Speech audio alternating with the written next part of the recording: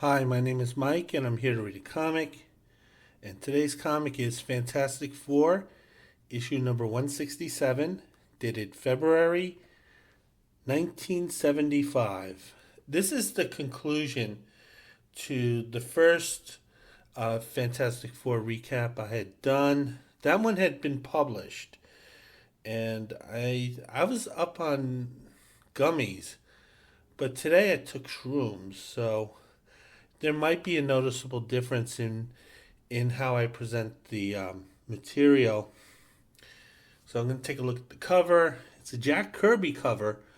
I think this might have been the first Fantastic Four art that Kirby had done since he had left Marvel for DC in 1970.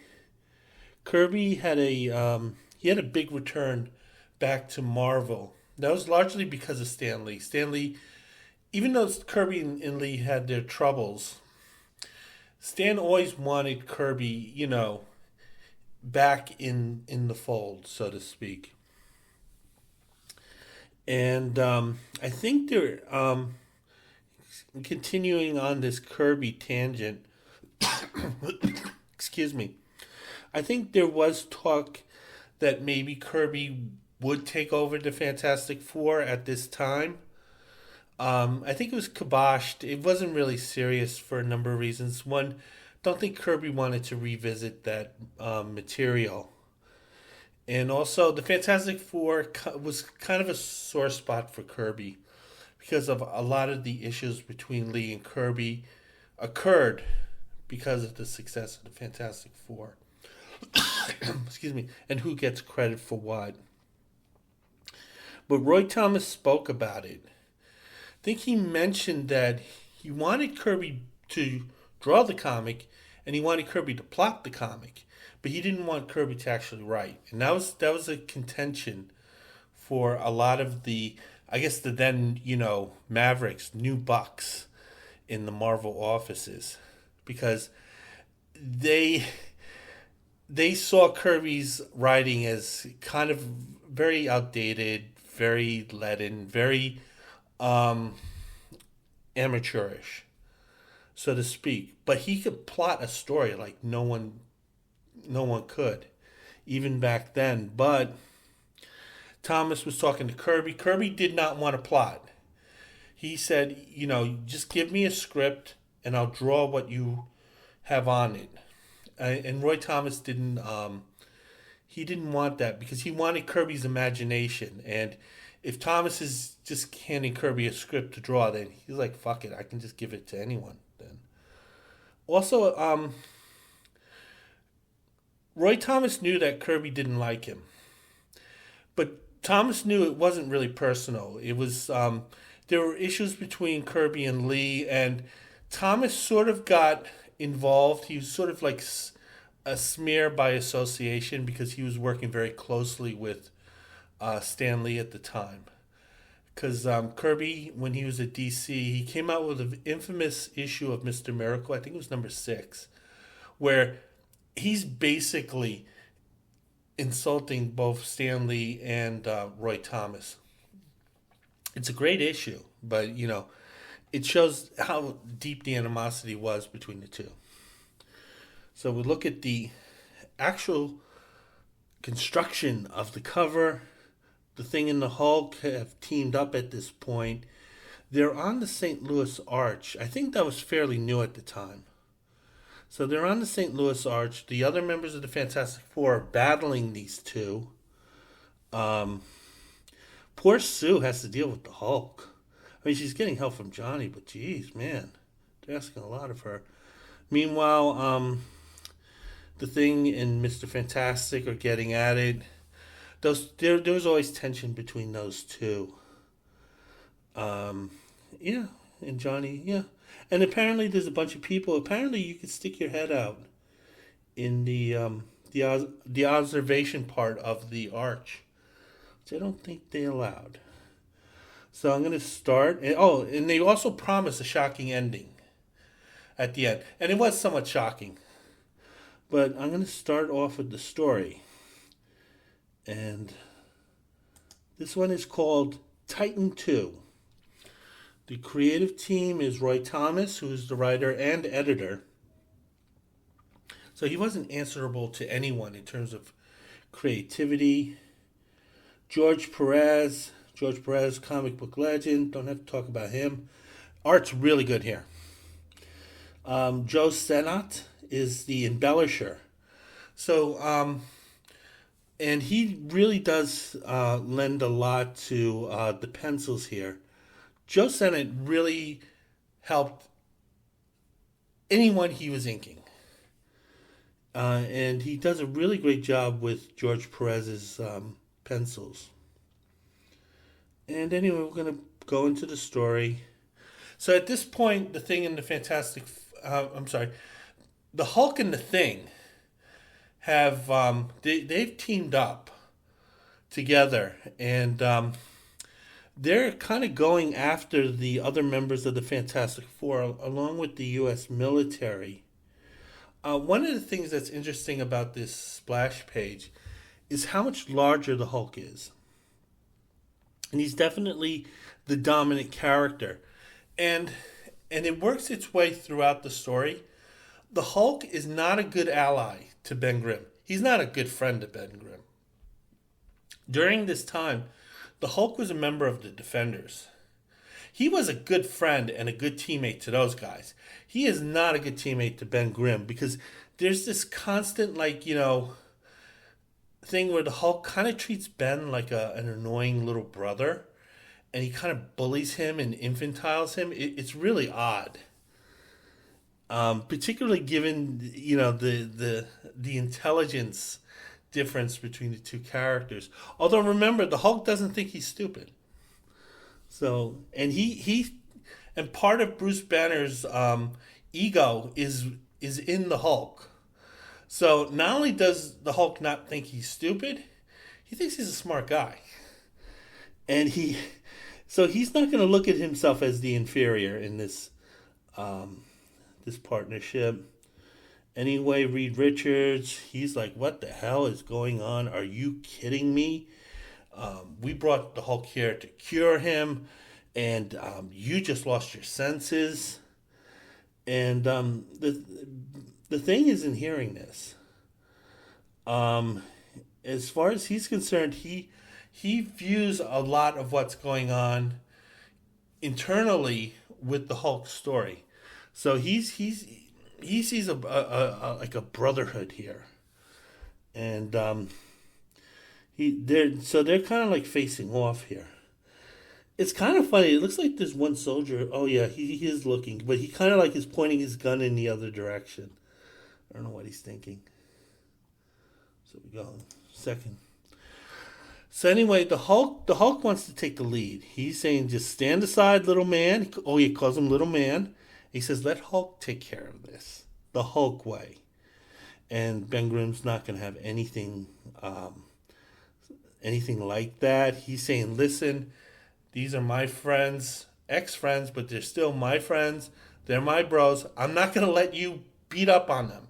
Because the thing is, the Thing knows about the Hulk and his crackhead mentality. And that once he starts, smashing things, he doesn't stop. And even though Ben is currently at odds with his former teammates, he doesn't want them hurt. Although the way he's handling them pretty roughly here. You can see Johnny's also taken aback by this.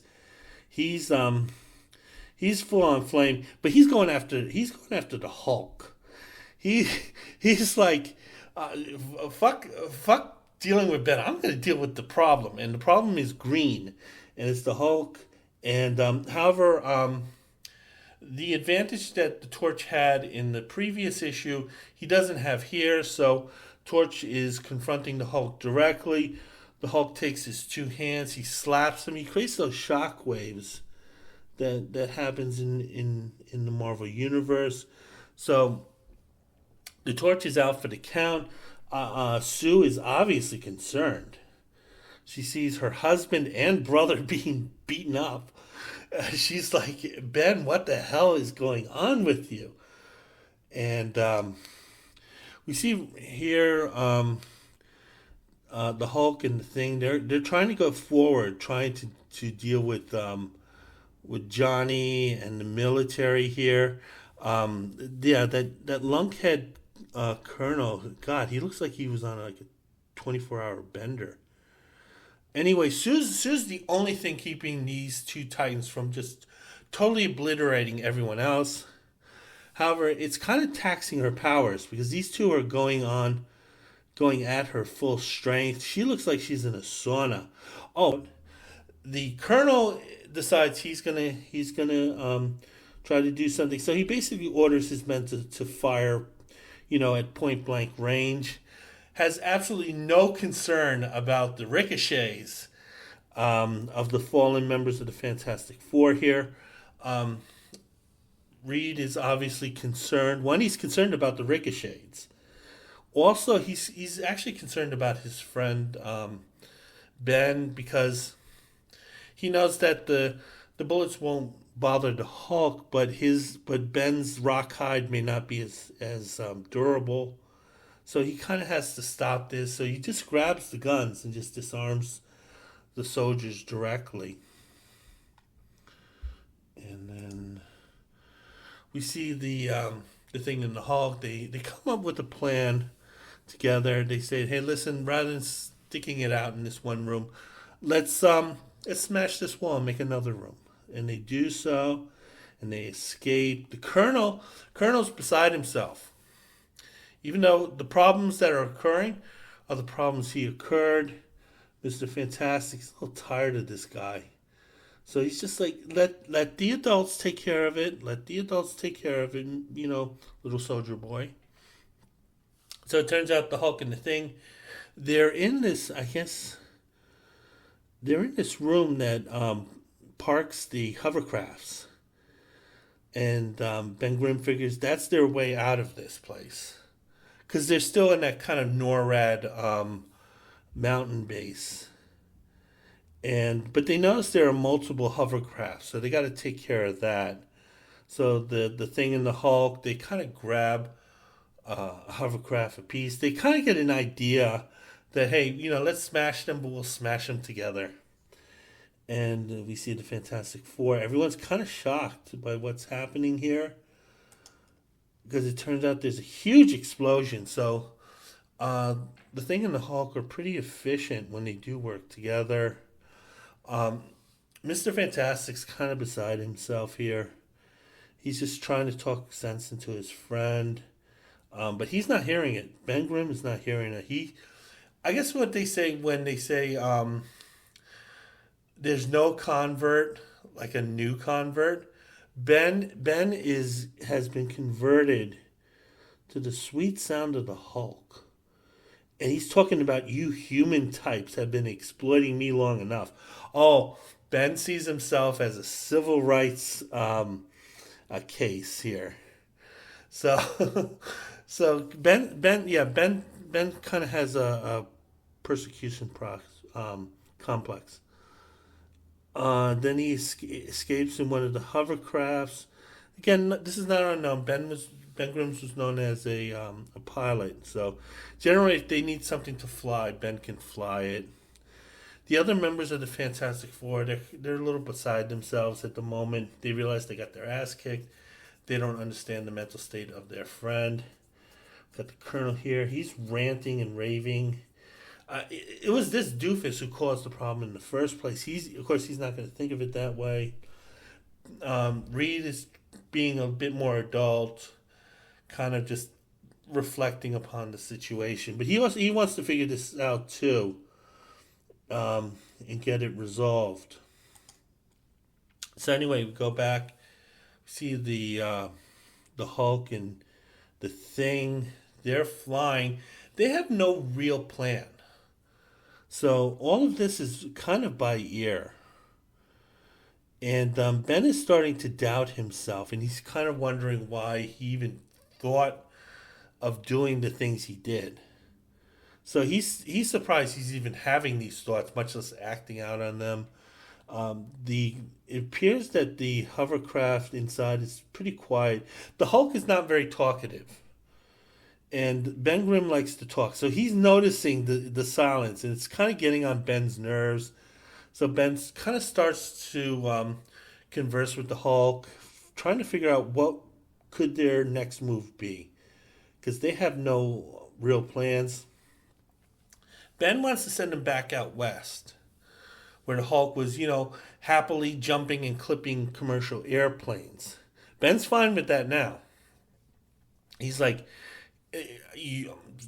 Reed Richards, he sees a plane filled with people. I see a plane filled of oppressors. So Ben has a different mindset. He's thinking really hard, saying that yeah, he likes the desert. There's lots of sun and there's lizards and the lizards don't bother him. There was one particular place he did like, and it had an arch and it was made of rock, and he would just sit and contemplate and kind of philosophize about Hulk's place in the world, kind of like Mongo in Blazing Saddles. Mongo only pawn in game of life. But then suddenly the Hulk sees an inspiration. And out the window, they see the St. Louis Arch. I think this was just built a couple years earlier. So the Hulk is telling the Thing that, hey, I'd be really happy at that arch. That arch reminds me of the rock bridge I used to sit and contemplate at.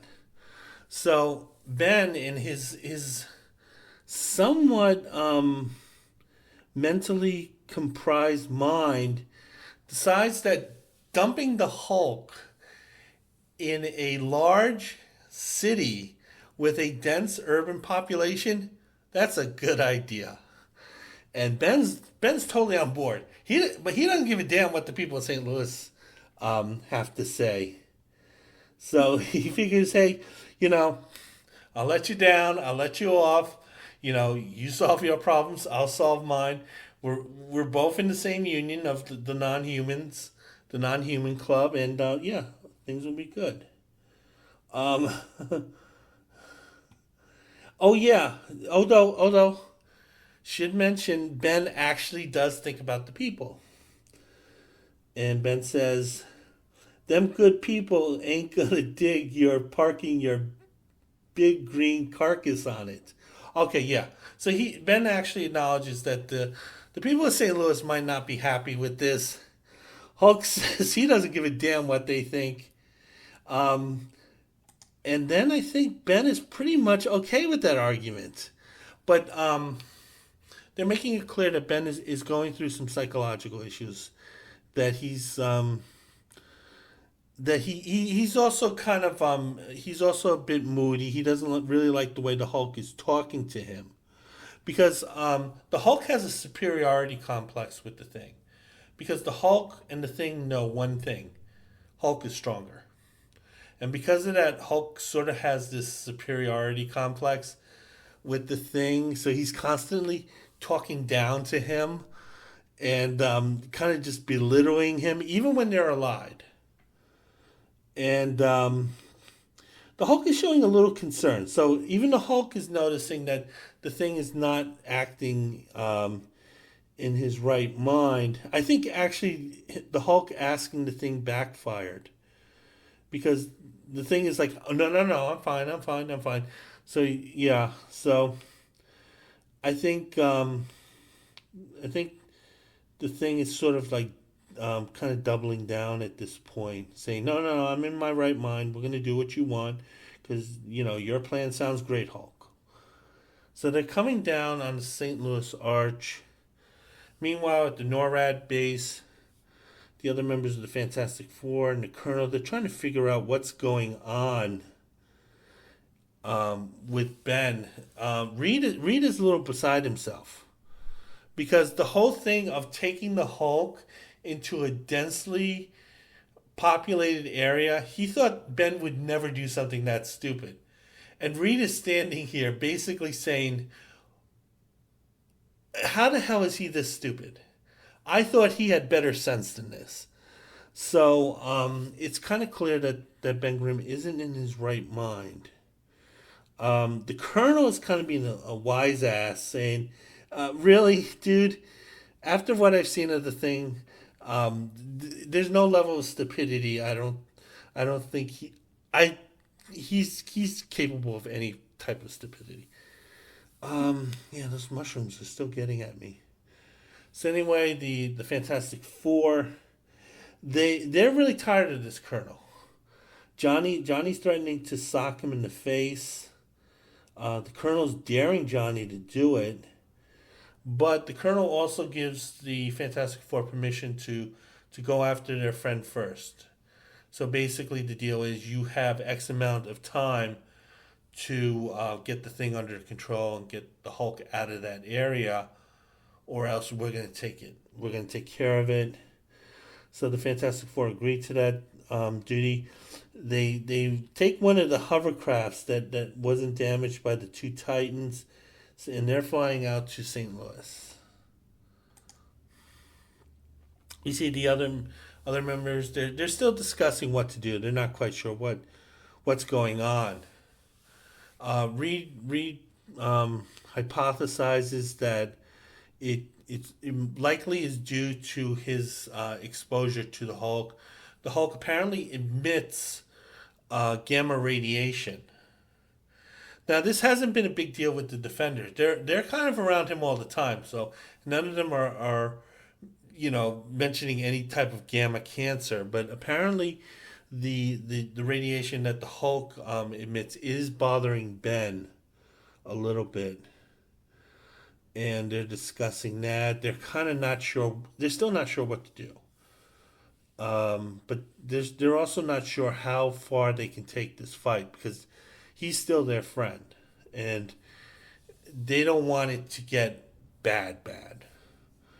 So anyway, as they're flying over downtown St. Louis, they come across the thing in the Hulk.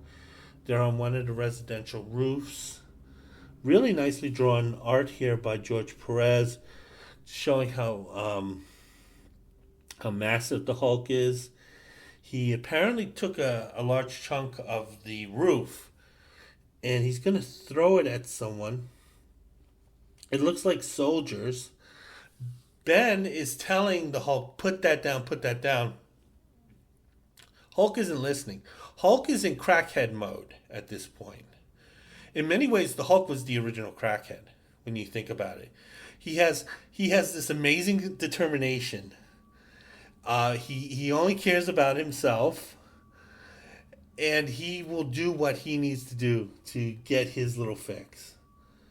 And it turns out there's soldiers there. So it looks like that Colonel kind of lied to the Fantastic Four, kind of sent his soldiers to St. Louis anyway. Ben and the Hulk, they're talking it out. Ben is coming up with some excuses, saying, yeah, don't do this because it's not how you do it. Hulk's not listening to this. He doesn't want to hear the word no. That's another crackhead thing. Crackheads do not want to hear the word no, and Hulk does not like hearing the word no.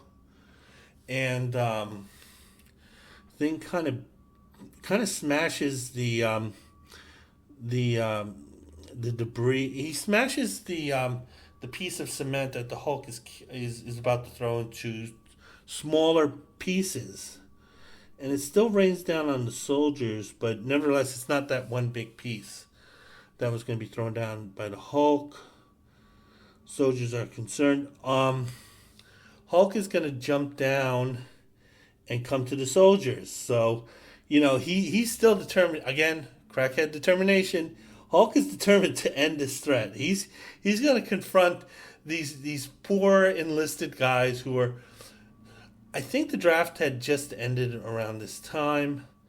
Some of them might have been draftees. Some of them might have been, enlisted to escape some type of rural hell or, urban blight, and they have to deal with the Hulk. Yeah, generally, in terms of saying no to the Hulk, it's always been a generally bad policy to say no directly.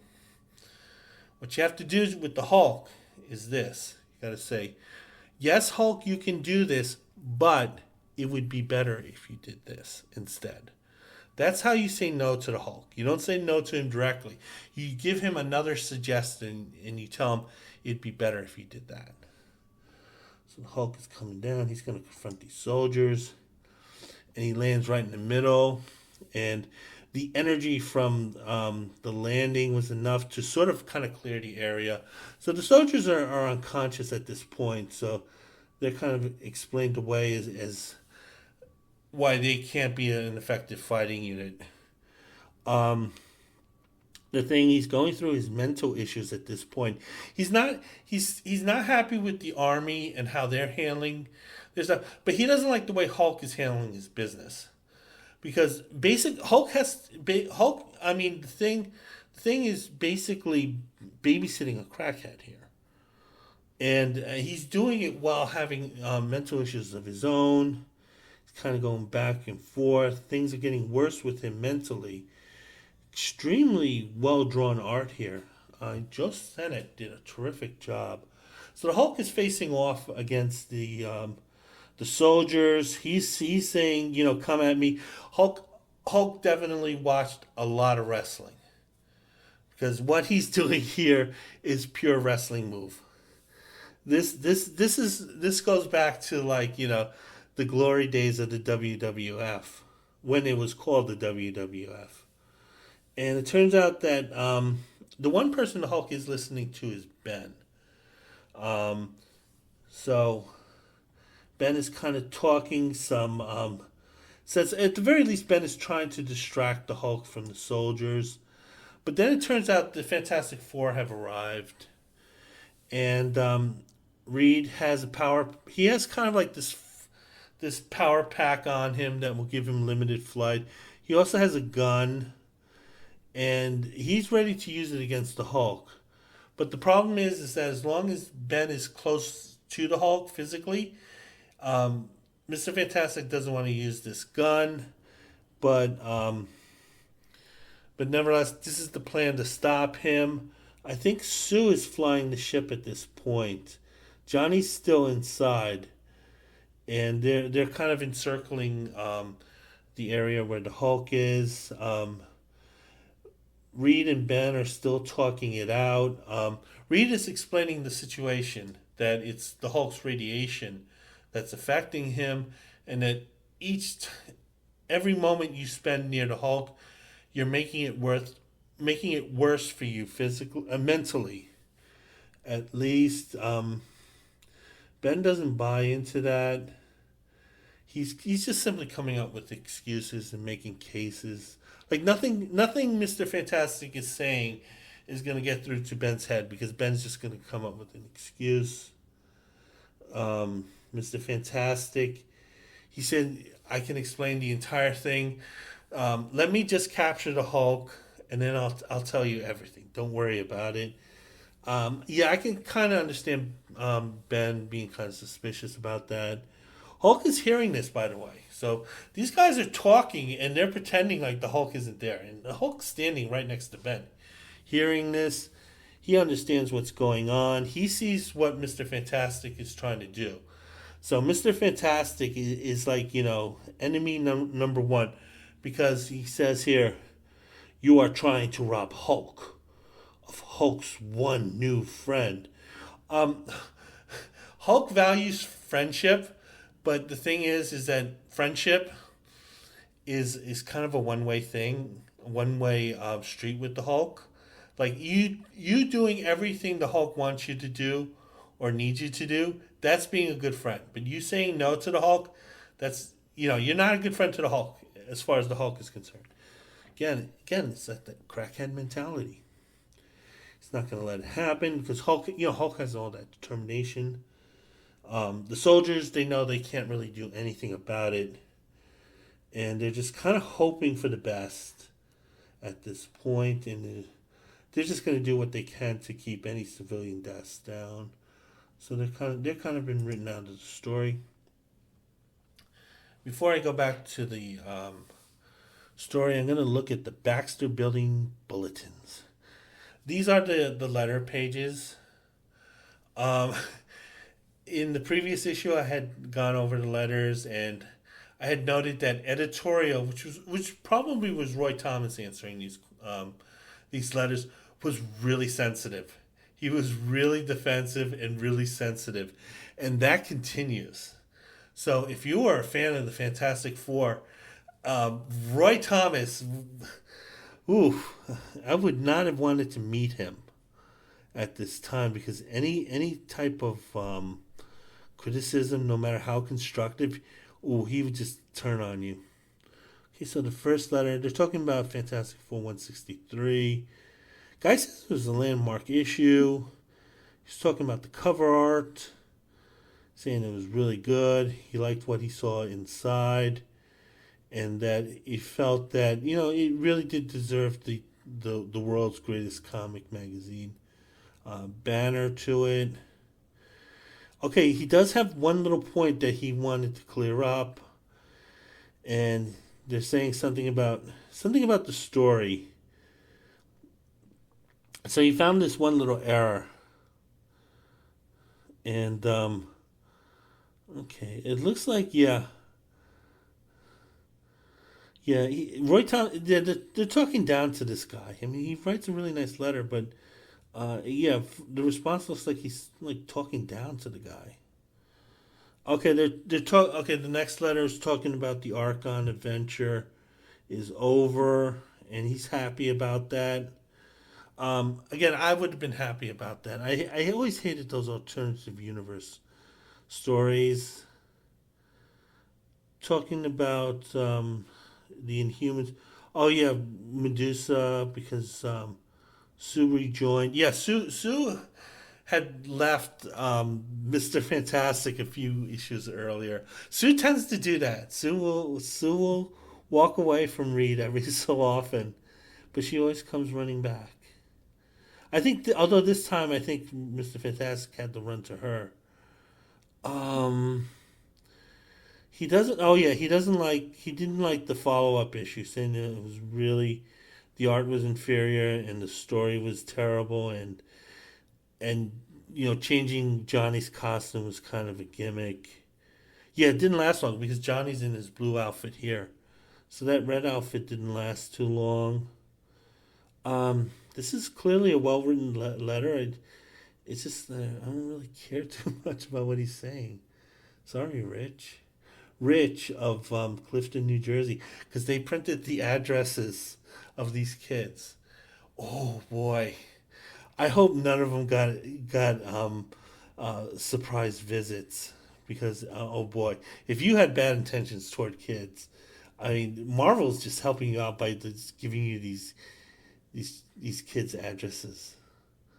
I remember I worked for a site and we had to we had to find all the content reviews done by people under 18, and it was really hard to do that.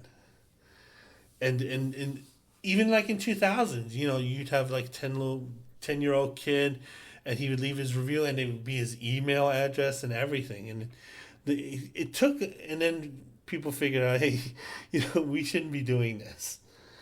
Okay, so talking about issue 163, this person doesn't like the villain there. That was the Hockey Goldie guy, and he's thrilled. Chrissy, it might be a female, saying that guy was terrible, and I'm glad he's gone. And it was just a gimmick because hockey was big at the time, around 75. So he's saying, and she's saying, what are you going to do next? Come up with stock car races and you're going to attach yourself to these small little gimmicks and demean yourself. And Roy Thomas is very defensive. He's telling Chrissy that, hey, we got a ton of letters that we're not going to share with you, but you got to take our word. We got a ton of letters who said this villain was awesome. And it was designed by Roy Thomas himself, and that we should not, under any circumstances, question Roy Thomas's judgment. Oh, they even ended with a sheesh. Oh, God. Poor Chrissy. She wrote a good letter, too. Let's see. Oh, another. Oh, they love pointing out the errors. So Enrico points out an error. Enrico from New York. He feels that he deserves a no prize. Um, Ray Thomas is like, oh, no, no, no, no. That was not an error. It was the way you were looking at things. So, yeah. Oh, yeah. Yeah, these poor kids, man. They're writing nice little. They're writing these really good letters. Teachers probably proud, and they're finding all these errors, and and Roy's just not admitting to any of them. Let's see, someone else. Yeah. Oh yeah. Okay. Someone's asking some interesting questions about policy. Um, I think he's questioning the why Marvel is using two issues to finish up a story rather than wrapping up everything in one issue. That's something DC did a lot. And that ended up hurting DC because everything was done in one issue, from the beginning to end, and didn't really create much, as you say, drama in the storytelling. So Roy Thomas is explaining like back in the '60s, Lee and Kirby they figured out that the kids kind of liked these continuing stories, and they found out that their readers really enjoyed two-parters. First part is where the kind of villain gets the upper hand. Second part is the heroes rally and save the day. So they're kind of explaining that this type of editorial decision was done simply because the readers enjoyed it. And then he's talking about what's the difference between an embellisher and an inker and so forth. And it's kind of just saying that basically an embellisher does a little bit more with the finished art. And we see Marvel Value Stamp. I have no idea what I have no idea whatsoever what this image is. Here we see an in-house ad for Land of Oz. This is like one of the sequels to the Wizard of Oz. A lot of people, including me, were not aware that the Oz stories was actually a series of stories, and it's more than one. I've always viewed the Wizard of Oz as one standalone story based on the movie. And this is a little different. I think this is. I think isn't this the crazy, creepy one where everyone in Dorothy's family is killed, and the villain has multiple heads in jars, and she can change and switch her heads. Some weird stuff like that. I think that's what the story relates to. Yeah, you see the shrooms are kicking in. So anyway, going back to the battle, Ben is still having this mental confusion. The Hulk is determined to protect his friend. Mr. Fantastic is just being more and more dramatic, and he's the thing is that when Reed sort of makes a good point and maybe is leading Ben the right way, he'll kind of say one thing that will trigger Ben. Here he calls the Hulk a monster. And whatever doubts that the thing had are immediately effectively been forgotten about because the thing is really pissed off at Reed saying this about the Hulk. So he's sort of like Ben is sort of thinking, hey, if you're calling this guy a monster, maybe you're calling me a monster behind my back. So the kind of insecurity is coming in. The Hulk, meanwhile, he grabs a piece of chimney. He throws it at the hovercraft that the other members of the Fantastic Four are in. Thing is totally Team Hulk here. He's like, let them have it, let them have it. They deserve what happens to them. The chimney misses. However, to avoid being hit by the chimney, the hovercraft is kind of in free fall right now. Johnny can just fly out, so he escaped. Reed was already outside of the hovercraft, and he kind of has this power pack on his back, so he has flight. So Sue is basically on her own. She's piloting this hovercraft, and it's heading right into the St. Louis River. I think that's what runs through St. Louis. Reed is kind of mentioning Sue in passing. Um, Johnny's saying, "Yeah, Sue will be fine, more or less." Yeah, there's a real lack of concern from these two here. Turns out Sue was fine. She landed in the lake. However, she was able to surround herself with a force field bubble. She realizes she needs to get back into the fight.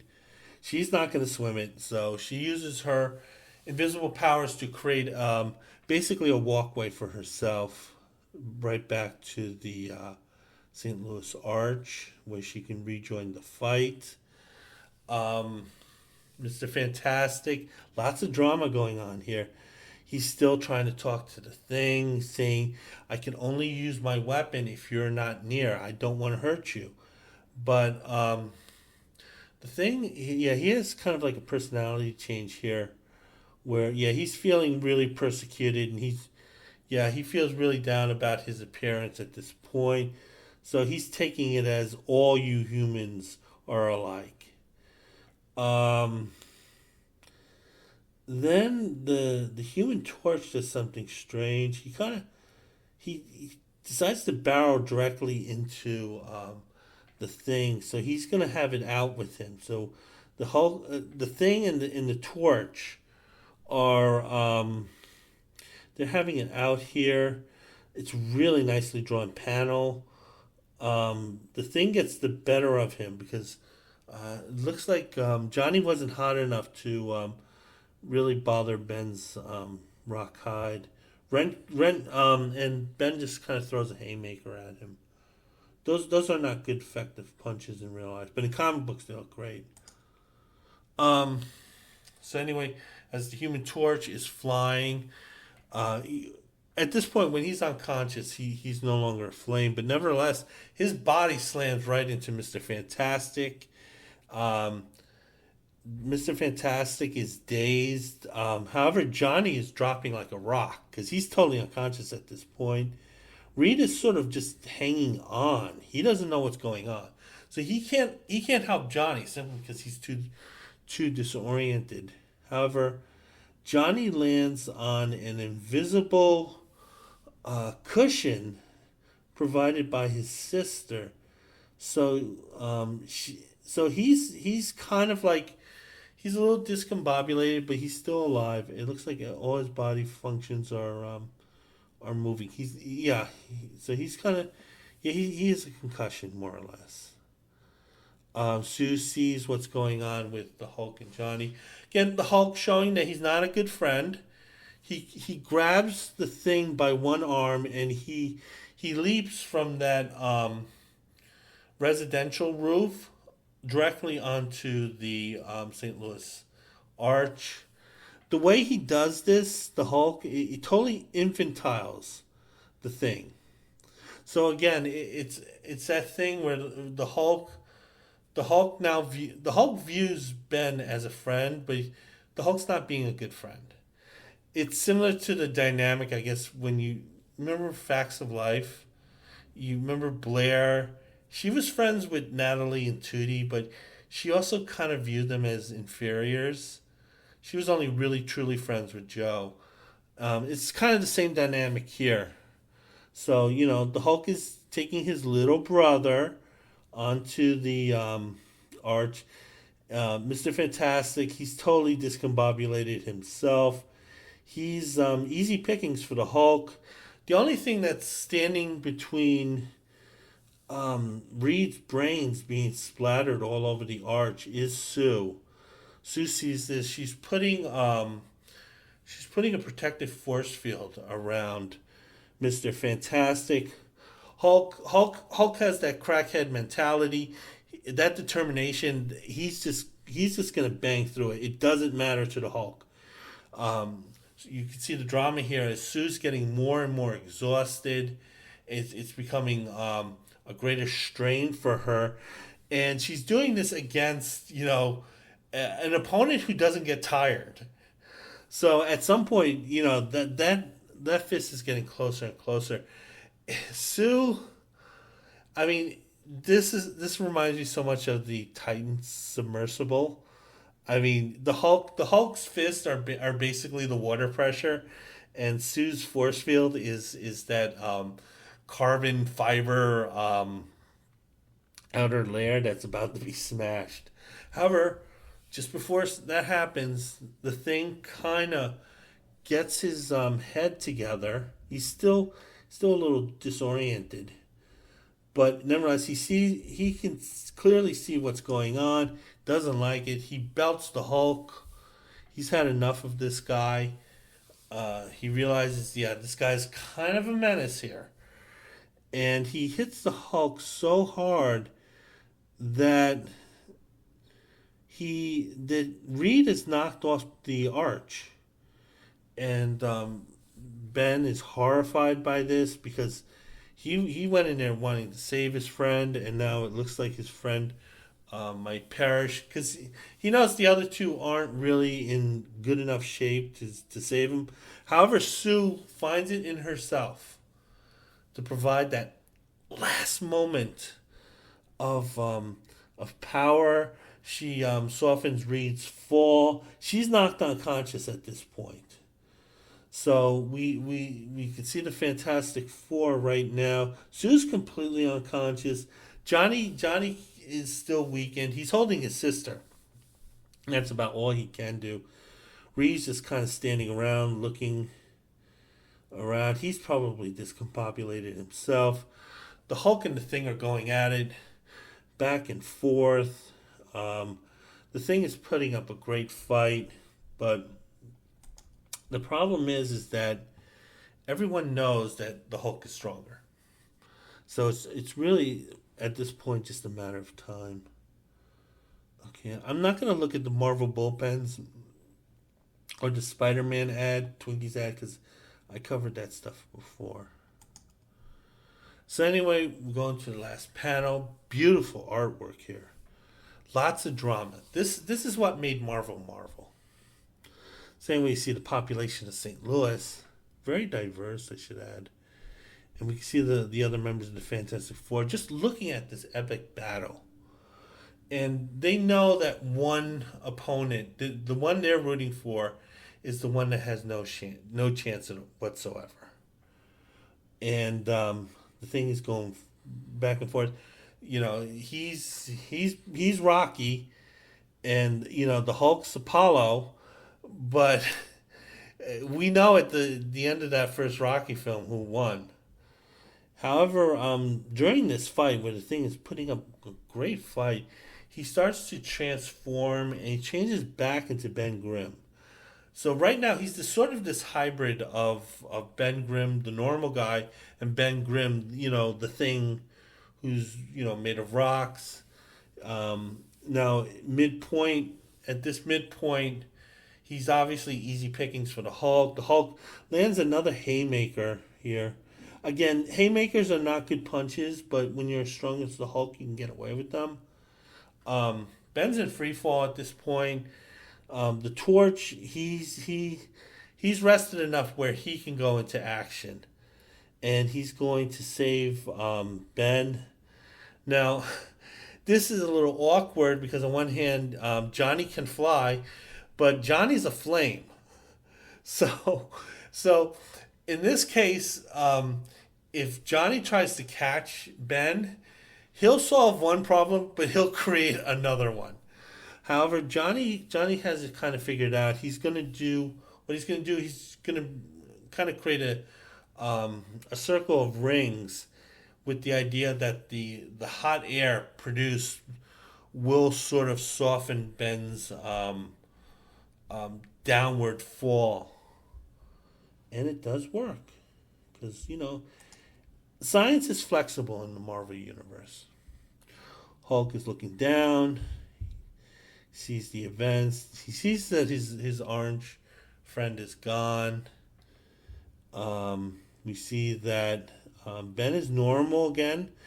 I think it was explained away that the radiation that was affecting Ben Grimm's mind caused this.